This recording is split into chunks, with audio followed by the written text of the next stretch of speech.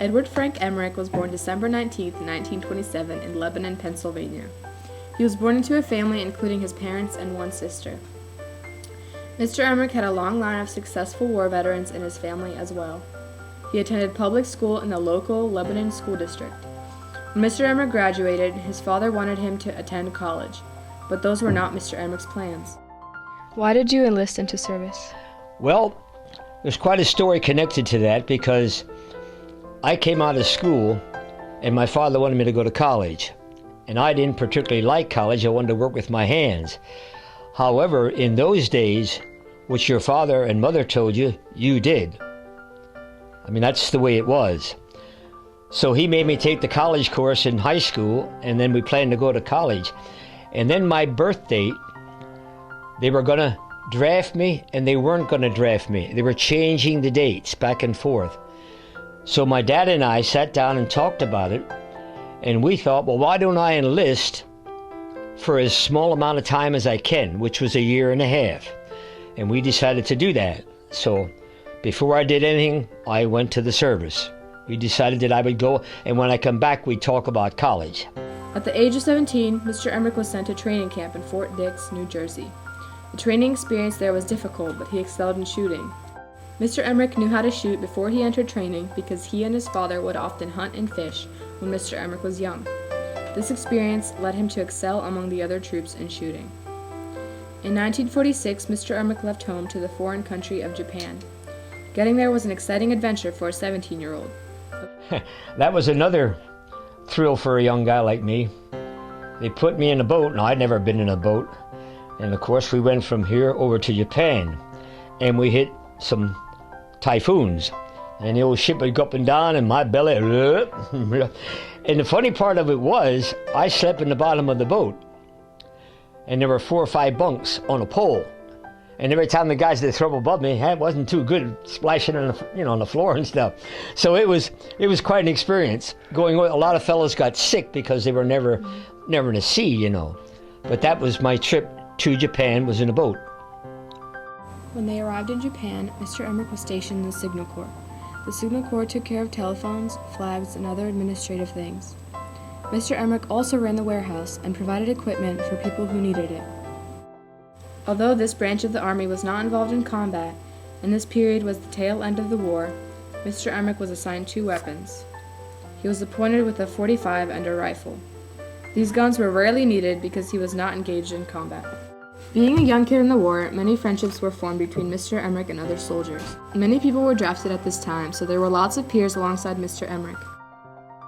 Off duty, many of the soldiers went to the cabaret in their free time. Mr. Emerich was used as a translator to communicate back and forth with the Japanese girls and the American soldiers. When he was working, Mr. Emerich was assigned 5 Japanese men and learned the Japanese language from them. He caught on quickly and could speak with the Japanese people fluently. One day, Mr. Emerich was put on a special mission. Quite a story connected to that because the big shots called me in one day and said, we're going to send you to Japan, to Tokyo. I was in an island 300 miles away called Kyushu, and they wanted me to transport telephone equipment in a railroad car to Tokyo. And they gave me a .45 and overcoat. I had no bathroom facilities, and it took me a long time to go from there to Tokyo. And they told me, in no uncertain terms, don't you ever open that door. Don't open that door, ever.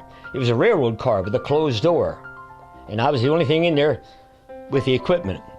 Well, when we went,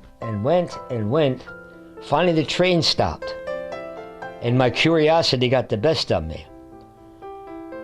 And I didn't know what to do, so little by little I pushed on the door, and there they were, all crowded around, the Japanese guys, And I didn't, I'm really, to be honest with you, scared, but I wasn't going to get off the train or anything.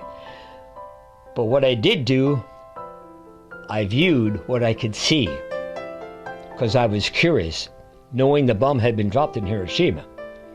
And it was unbelievable. Just like you saw the pictures, it was just like that to me being there. After it, everything was flat. So that was a great experience for me. His service was just as substantial as the physical fighting of the war.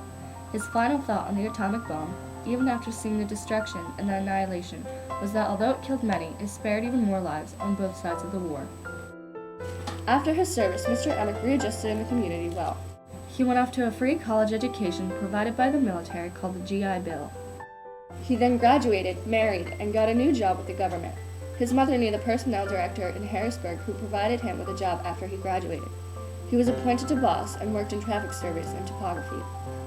Throughout his life, Mr. Emerich has felt honored to have served his country. People treat him with respect, and he has seen the courtesy and appreciation given to today's troops for giving their lives to grant the rest of us freedom. He has also met with other World War II veterans, although he knew none of them personally. The war greatly affected him in multiple ways. He learned communication skills, saw the world, and made numerous friends. The war paid for his education, and although he was not in the front line of the war and didn't experience any battles, his work was still an extremely important part of the war. We would like to thank Mr. Emerich for serving our country and for fighting for our freedom. Also for sharing his story and taking the time to help us with the Veterans History Project. Thank you. Thank you.